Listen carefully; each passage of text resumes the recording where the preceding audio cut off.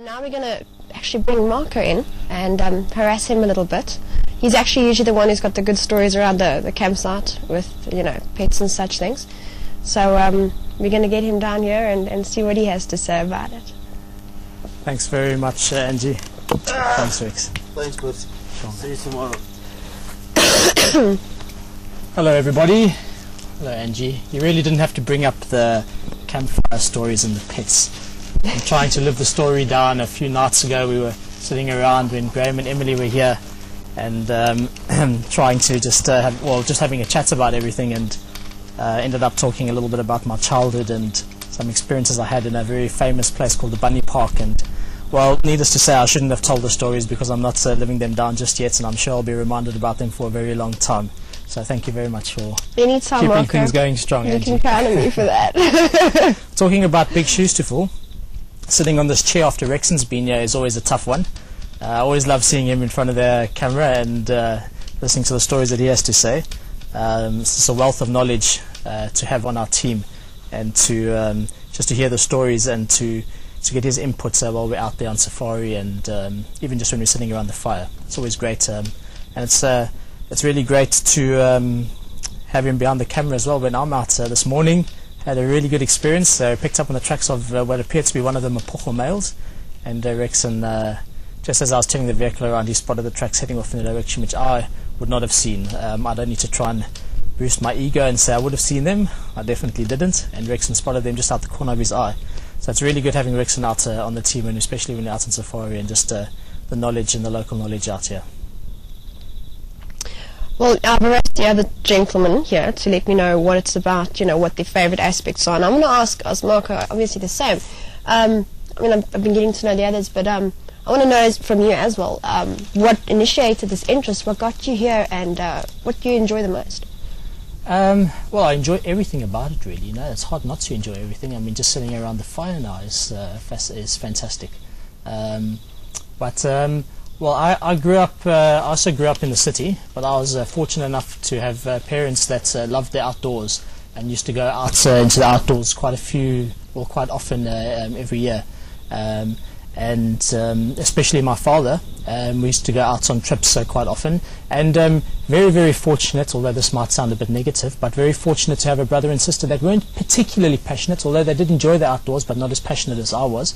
So I was always the lucky one that ended up going along. And being the youngest kid in the group, and always going with him and his friends, they always took it upon themselves to teach me as much as possible, whether it be tracking or about the plants or about the animals. So from a very young age I was introduced to the bush, and I fell in love with it. Grew up with it all my life, going there as often as I possibly could.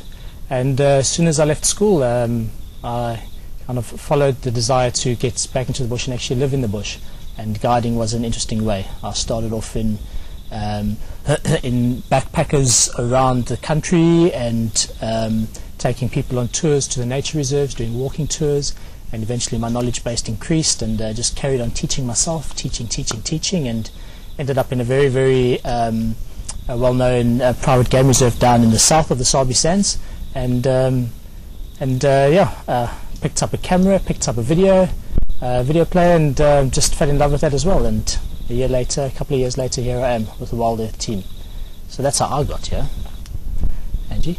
How did I get you? I heard another question a little bit that you were saying while I was sitting in the director's lounge. Yes.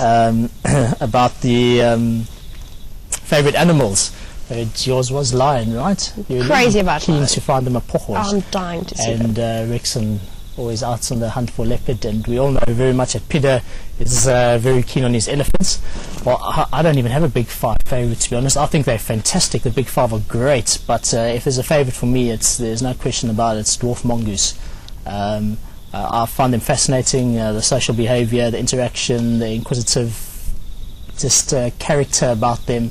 How they bask out in the sun. This morning, actually being a Sunday morning, we saw some basking out in the sun. It's just always interesting animals, and if you're very cautious in the way you approach them, and I've done this many times, just go and sit down next to the termite mound that they're inhabiting at the time, And after a few moments, once they realize you're not a threat, they'll actually start coming out and being quite inquisitive, and you can get quite close to them. So yeah, dwarf mongoose, bizarre, but why not? Definitely a different taste, I must say. It's a nice surprise, actually. People usually, again, overlook the smaller guys. And there's so many little creatures out there, like genets and civet and mongoose. So it's good to hear you've got something. I wouldn't have expected that, actually. Yeah. To be honest with you, you know, I would have thought something quite strong and sturdy, Italian-like. You know. Yeah, stallions. I'm constantly, you know, teasing him about Italian. But nice to hear more about you. Seriously, you're always busy working, but it's great to learn a bit more, Marco. Well, that's why these chats are always interesting. You know, we get to sit around and just chat. Sometimes after a day's work, the team gets quite tired. You know, it's a beautiful life, and I don't think any of us would change it for anything. Definitely not. No. But it would be hard to say it's a job. It's more of a lifestyle that everyone just really appreciates and loves out here. And I think anyone who works and lives in the bush will be able to back me up on that, and including here at WildEarth. So it's the days are long. You know, it's not, you don't just work your 8-hour shift and go home and do your own thing. From the minute you wake up in the morning to the minute you go to bed, you're surrounded by your colleagues and your friends, should I say, and the environment where you work or live. So it can be quite tiring sometimes, but it's a rewarding feeling. So it's nice just to sit around now and have a chat and get to know a little bit more about everybody. Alright, well folks, I believe we're actually running out of time. If I'm understanding the signals correctly, please understand, bear with me. I'm getting used to the camera and getting used to the whole setting.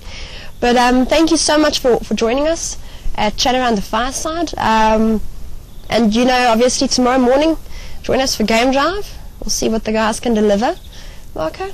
Yeah, thanks very much for joining us. It's always great to have you on board and sitting around the fire with us. I hope you, wherever you are in the world, whatever it is that you're doing, I hope you're enjoying the time out here with us. And yeah, it's been another beautiful day, another beautiful week. I'm sure those that have joined us in the behind the scenes and the highlights packages have been cracking away at the videos. We look forward to seeing those.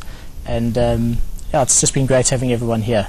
But we'll see you nice and early at 6:30 Central African time tomorrow morning. And yeah, it's another day in Africa.